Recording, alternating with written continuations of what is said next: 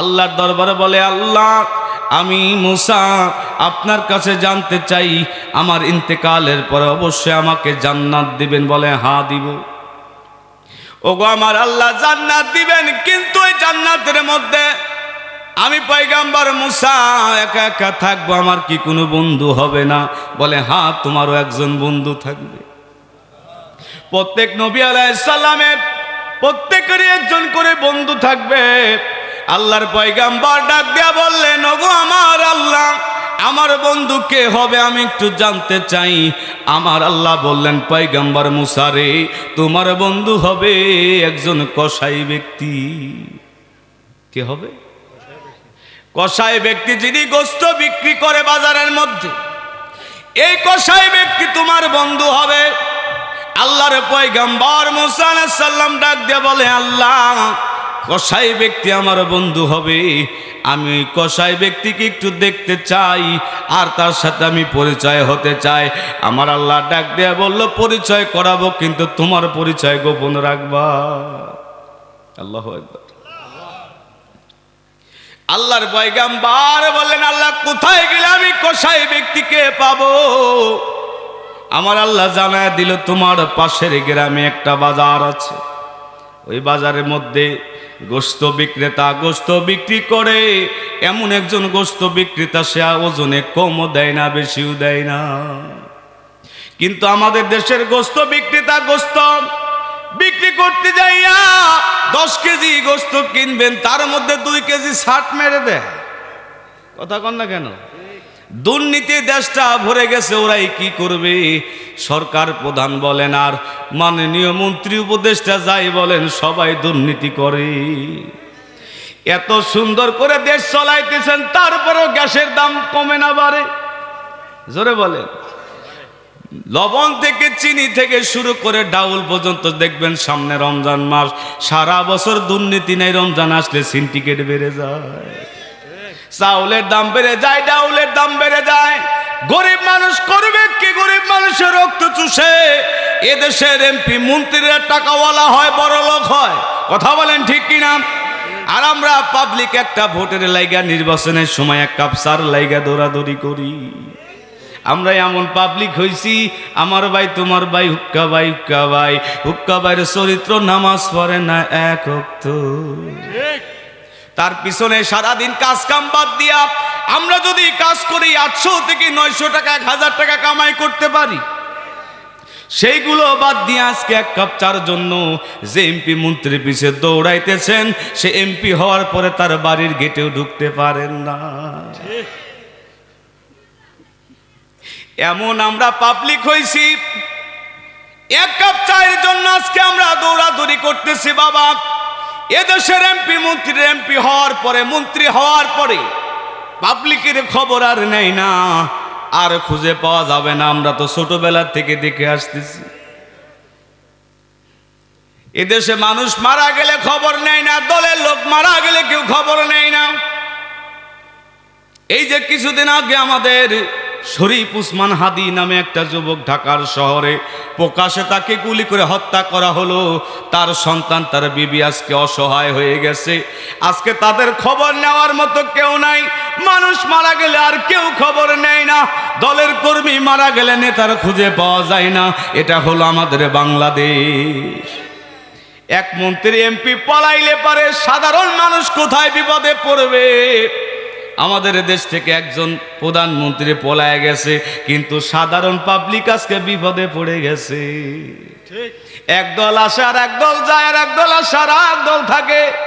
এইটা হয়েছে বাংলাদেশের রাজনীতি। রাজনীতির ওয়াজ করা আমার উদ্দেশ্য না, উদ্দেশ্য হলো আপনাদেরকে সচেতন করা। এই সমস্ত এমপি মন্ত্রী বাটপারেরা আপনাদের খবর নিবে না। কথা বলেন ঠিক কিনা? নির্বাচনে মিছিল করতে যায় গ্যাঞ্জাম লাগবে, মারামারি লাগবে, রক্তাক্ত হয়ে পড়ে থাকবেন, কেউ খবর নিবে না। আমাদের দেশের ইসলামের নাম দিয়ে কিছু দল আছে বাটপারি শুরু করছে, জান্নাতের টিকিট বেচা শুরু করে দিছে। ভাই, আমাদের মার্কায় ভোট দিলে জান্নাত পাইবা। জান্নাত কি মামুর বাড়ির মুয়ানি চাইলেই পাওয়া যায়? গণতন্ত্র কইরা জান্নাতের আশা করো, বেঈমানের দল, আমার আল্লাহ সহ্য করবে না। ক্ষমতা তোমরা নেও, ভোট নেও, ঠিক আছে, কিন্তু ইসলামের ঠিকাদারি তোমাদের কাছে দেওয়া হয় নাই। ইসলামের নাম দিয়া গণতন্ত্র করে ভোট চাইবা, আবার মানুষের কাছে বলো আমাদের মার্কায় ভোট দিলে জান্নাত পাওয়া যায়। আবার আমাদের দেশের এক শ্রেণীর কিছু ভোটার আছে, সাধারণ পাবলিক, জান্নাতের লোভে তাদেরকে ভোট দিব, কিন্তু তারা ক্ষমতায় যাওয়ার পরে দেশের মাজার ভাঙ্গা ওলি আল্লাহদের বিরুদ্ধে শুরু করবে। কথা বলেন ঠিক কিনা? মনে রাখবেন, ইসলাম আনছে আল্লাহর ওলিরা, তারা কোনদিন নির্বাচন করে নাই।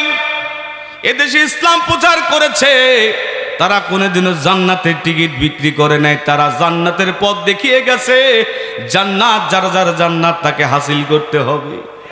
কিন্তু আমাদের দেশের বাটপাড়া দলেরা ইসলামের নাম দিয়া গণতন্ত্র করে আজকে তারা বুঝাইতে চায় তারা জান্নাতি দল। না রে বাবা না, জান্নাতি দল হওয়া তো সহজ না। জান্নাতি দল হলো আহলে সুন্নাত ওয়াল জামাত। নবী আমার বলেছেন, যারা আমি আমার রাসূলকে, নবী আমার বলেছেন আমি এবং আমার সাহাবায়ে কেরামকে যারা অনুসরণ করবে তারা হলো আহলে সুন্নাত ওয়াল জামাত, তারা হলো জান্নাতি। কিন্তু আমাদের দেশের বাটপাড়েরা নির্বাচনের জন্য দেখবেন গ্রামে গ্রামে মা বোনদের কাছে যা বলবে আমাদের মার্কায় ভোট দেন, জান্নাত পাবেন। মা বোনেরা তো কয় জান্নাত তো দরকার, সারা মাস রমজান মাস আসলে কোরআন পড়ে না, জান্নাত পাইতে চায় ভোট দিয়া। আবার আমাদের দেশের কিছু ভার্সিটির মালু আছে, কয় আমাদের মার্কায় ভোট দিলে পরে কয়েকশো বছরের নামাজের সওয়াব আপনাদের আমল নামায় আসবে। চিন্তা করছেন, ভোট দিলে নাকি নামাজের সওয়াব পাওয়া যায়। কত বড় বাটপার এরা! একটা ভোটের আশায় মুসলমানদের ঈমানকে নষ্ট করতে চায়, হরণ করতে চায়। বাবা এগুলো বাদ দেন, মানুষের দ্বারা দ্বারা এমনি আপনারা ভোট চান দিবে, কিন্তু ইসলামের নাম দিয়া, ইসলামের নাম ব্যবহার করে রাজনীতি করা, ভোট চাওয়া, ইসলামকে কলঙ্কিত করা, এটা আপনাদেরকে কে পাওয়ার দিল? কে আপনাদেরকে বলেছে? ওরে টুপি দাড়ি জুব্বা আছে দেখতে মৌলানা, ভিতরে নাই নবী প্রেম মেজিদে ভরা। তারা সাজছে মুসলমান, তারা নামী মুসলমান। ইমানদারের ইমান নিয়ে করছে যারা খেলা, এরাই তো আসলে এজিদেরই চেলা। এরা সাজছে মুসলমান, এরা নামী মুসলমান। বলেন সাজছে মুসলমান, এরা নামী মুসলমান। এ বন্ধু মুসলমান, নবী আমার ডাক দিয়া বললেন, আল্লাহর পয়গম্বর মুসা আলাইহিস সালাম বলেন, আল্লাহ জান্নাতের মধ্যে আমি থাকব, কসাই ব্যক্তি আমার সঙ্গে থাকবে। এই কসাই ব্যক্তিকে কোথায় গেলে পাবো? আমার আল্লাহ বললেন, যাও রে মুসা যাও, পাশের গ্রামে একটা বাজার আছে, ওই বাজারের মধ্যে কসাই ব্যক্তি তিনি গোশত বিক্রি করে, তার কাছে তুমি যাও, কিন্তু পরিচয় গোপন রাখবা। আল্লাহর পয়গম্বর চলে গেলেন কসাই ব্যক্তির কাছে, যা বলে আমি দরবেশ ব্যক্তি, মুসাফির ব্যক্তি আসছে, এলাকার মধ্যে আমার আপন বলতে কেউ নাই, আপনি যদি আমার একটু থাকার ব্যবস্থা করে দেন। ও কসাই ব্যক্তি, আমি আজকে কয়েকদিনের ক্ষুধার্ত, আমাকে কি খাবার দিতে পারবেননি? আমার এই গোশত বিক্রি করা শেষ হওয়ার পরে আমার বাড়িতে আপনাকে নিয়ে যাব, কিছু গোশত বাঁচায় রাখলেন। এরপরে আল্লাহর পয়গম্বর মুসা আলাইহিস সালামকে বললেন, চলুন আমার বাড়িতে আপনাকে থাকার ব্যবস্থা করব। উনি একটু প্রশ্ন করলেন, না আপনার পরিচয় কি? আল্লাহর পয়গম্বর ওনার সঙ্গে চললেন। বাড়িতে যাইয়া কসাই ব্যক্তি ডাক দিয়ে বলে, ওগো বন্ধু মুসাফির ব্যক্তি, আপনি একটু বসেন, আমি সারাদিন দোকান করেছি, একটু গোসল করে আসি, পরিষ্কার হয়ে আসি। গোসল করে আসলেন, কসাই ব্যক্তি নিজেই রান্না করতে চলে গেছে। আল্লাহর পয়গম্বর মুসা আলাইহিস সালাম ডাক দেয়া বলে, বন্ধু কসাই, তুমি নিজেই রান্না করতেছো, তোমার কি বিবি নাই? ওই কসাই ব্যক্তি ডাক দেয়া বলে, ও বন্ধু, আমার বিবির কথা আপনি বললেন, রান্না করা বাদ দিয়া আল্লাহর পয়গম্বরের হাতটা ধরে পাশের ঘরের মধ্যে নিয়ে গেলেন। যায়া বললেন, ওগো বন্ধু, কাউকে কি দেখতে পান? বলে, হ্যাঁ, একজন বৃদ্ধ মাকে দেখতে পাই। কসাই ব্যক্তি চোখে পানি নিয়ে বলে, বন্ধু, ও বন্ধু, ওইটা আমার বৃদ্ধ মা। মা ঘরের মধ্যে শুয়ে আছে। আমার মা আজকে মাজুর হয়ে গেছে, বয়স বেড়ে গেছে। আমার মা ছোটবেলা থেকে আমাকে লালন পালন করেছে। আমার বাবা ছোটবেলায় মারা গেছে। আমার মা আজকে বৃদ্ধ হয়ে ঘরের মধ্যে, আমার মা চলতে পারে না, নিজে গোসল করতে পারে না। আমি সকালবেলা উঠে রান্না করে মাকে খাওয়ায় তারপরে গোসল করে দোকানে চলে যাই। এরপরে বাড়িতে আসি, আমার মাকে আমি রান্না করে নিজ হাতে খাওয়াই। পয়গম্বর মুসা বললেন, ওগো বন্ধু, বিবাহ কেন করেন নাই? বলে, হ্যাঁ, বিবাহ আমি এই কারণে করি নাই, আমি বিবাহ করলে আমার বিবি যদি মায়ের খেদমতে ত্রুটি হয়, মায়ের খেদমতে কমতি হয়ে যায়, এই কারণে আমি বিবাহ আজও পর্যন্ত করি নাই। আমার মায়ের খেদমত আমি নিজে হাতে করি। জোরে কি বলা যাবে না? আল্লাহু আকবার। আল্লাহর পয়গম্বর ডাক দেয়া বলে, এ বন্ধু কসাই, তোমার মা কি তোমার জন্য দোয়া করেনি? বলে, হ্যাঁ, আমার মা আমার জন্য প্রতিদিন দোয়া করে। আমার মা বলে, আমি যেন ইন্তেকাল হওয়ার পরে জান্নাতের মধ্যে আমি যেন থাকি। আমার আল্লাহর দরবারে বলে, আল্লাহ আমার সন্তানকে তুমি জান্নাত দিও। আমার মা আমার জন্য দোয়া করে। আমার মা বলে, আল্লাহ আমার সন্তানকে জান্নাতের মধ্যে পয়গম্বর মুসা আলাইহিস সালামের সঙ্গে তুমি থাকার ব্যবস্থা করিও। আল্লাহর পয়গম্বর মুসা আলাইহিস সালাম ডাক দিয়ে বলে, বন্ধু কসাই, তোমার মা তোমার জন্য দোয়া করে। আমার আল্লাহর দরবারে তোমার মায়ের দোয়া কবুল হয়ে গেছে। মায়ের দোয়া কবুল হয়ে গেছে বলে কেমনে আপনি বুঝলেন? পয়গম্বর মুসা আলাইহিস সালাম ডাক দিয়া বলে, ওগো বন্ধু কসাই, তুমি যার সঙ্গে দাঁড়িয়ে কথা বলতেছো সে হলো আল্লাহর পয়গম্বর মুসা। আমি সেই মুসা নবী। আমার আল্লাহ জান্নাতের মধ্যে তোমার থাকার ব্যবস্থা করবে, আর আমার সঙ্গে তুমি থাকবা। তোমার মায়ের দোয়ার কারণে আমার আল্লাহ তোমার কবুল করে নিয়েছে। এ যুবকেরা, মায়ের খেদমত বাদ দেওয়া যাবে না। মা বাবার খেদমত করতে হবে। আমার পীর মুর্শিদ জামানার মহাকামেল বিশ্বওয়ালি খাজা বাবা ফরিদপুরে তিনিও এতিম হয়েছিলেন। তিনি তিনার মুরিদদেরকে বলেছেন, বাবা, মা বাবার খেদমত বাদ দেওয়া যাবে না। মা বাবার খেদমত করবেন যারা, মা বাবার খেদমত করবে না তারা কিন্তু আমার মুরিদ হতে পারবে না। অনেক জাকের গেছে আট্টশীতে মুরিদ হওয়ার জন্য। আমার পীর কেবলাজান হুজুর তাদেরকে ফিরাইয়া দিয়েছেন, তাদেরকে মুরিদ করেন নাই। একবার রংপুর থেকে এক জাকের ভাই শুনলেন আট্টশী দরবারে নাকি উনি বায়াত দেন।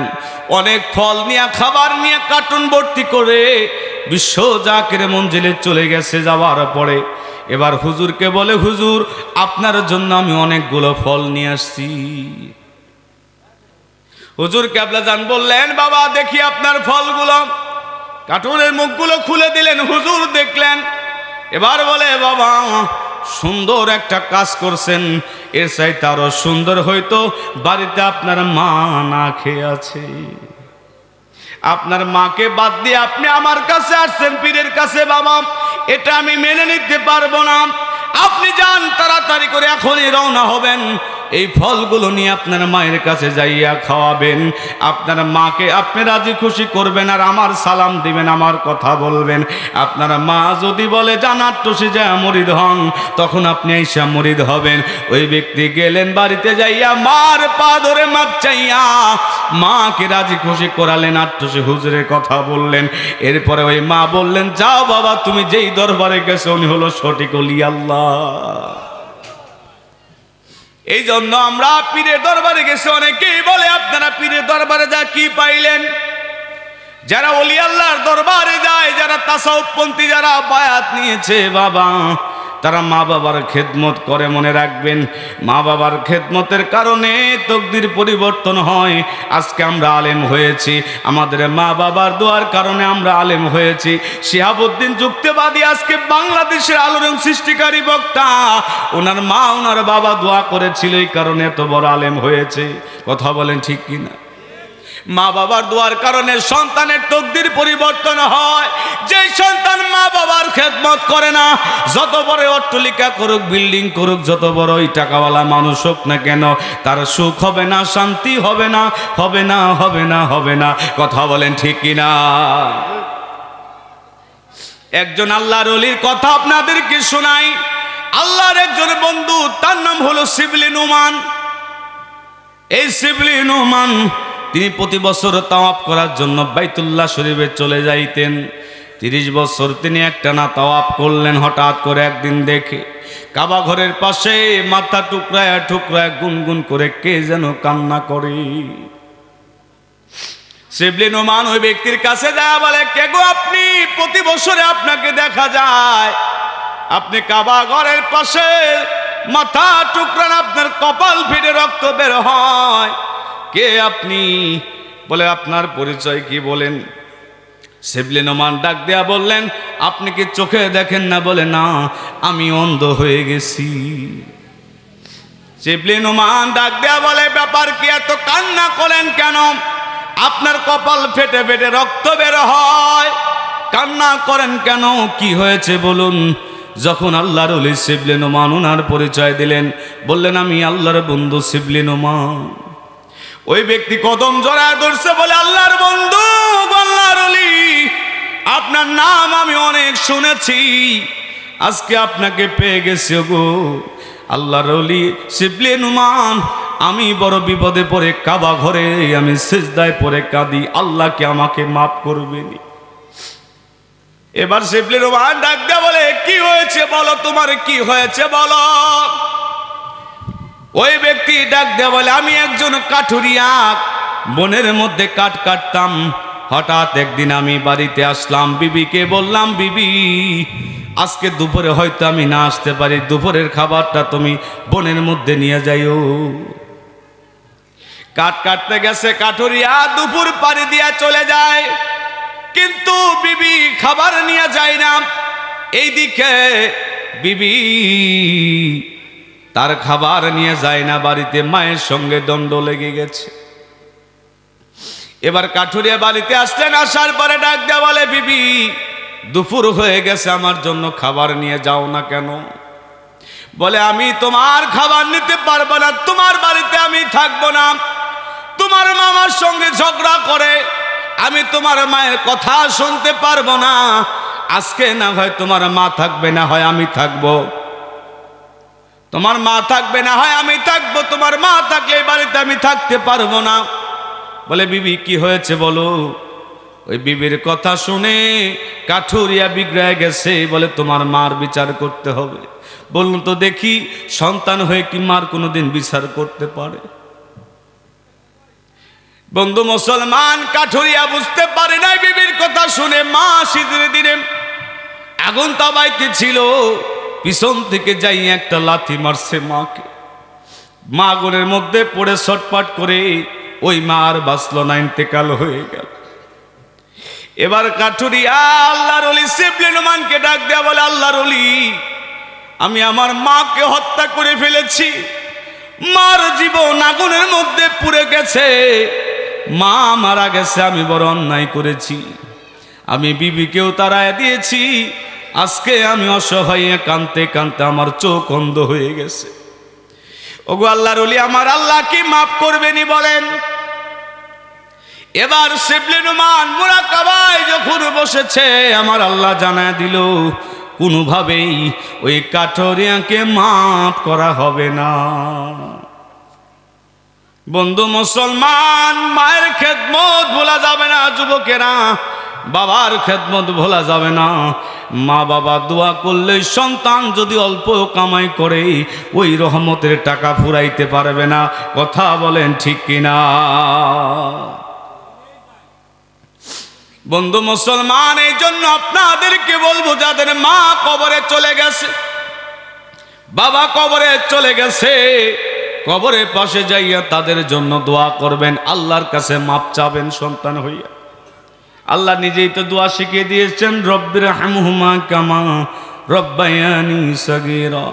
আজকে মা বাবার কথা আমরা ভুলে গেছি এ বন্ধু। এই জন্য বংশের মধ্যে একজন করে আলেম বানানো দরকার। কথা বলেন ঠিক কিনা? আজকে আমার শিহাবুদ্দিন যুক্তিবাদী যদি আলেম না হতো এত বড় মাহফিল হতো না। উনি আজকে বাবার কথা স্মরণ করে মাহফিলের আয়োজন করেছে। বাবা আজকে সন্তানকে আলেম বানিয়ে গেছে। এই বাবা আশা করেছিল আমার সন্তান আলেম হবে, আমার জন্য দোয়া করবে, আজকে সফল হয়েছে। এই জন্য বংশের মধ্যে আলেম বানানো দরকার। আজকে আমরা ভার্সিটিতে পড়াই, আমরা বিভিন্ন স্কুল কলেজে পড়াই, কিন্তু আলেম বানাতে চাই না বাবা। বংশের মধ্যে আলেম বানালে ওই ছেলে কি করবে জানেননি?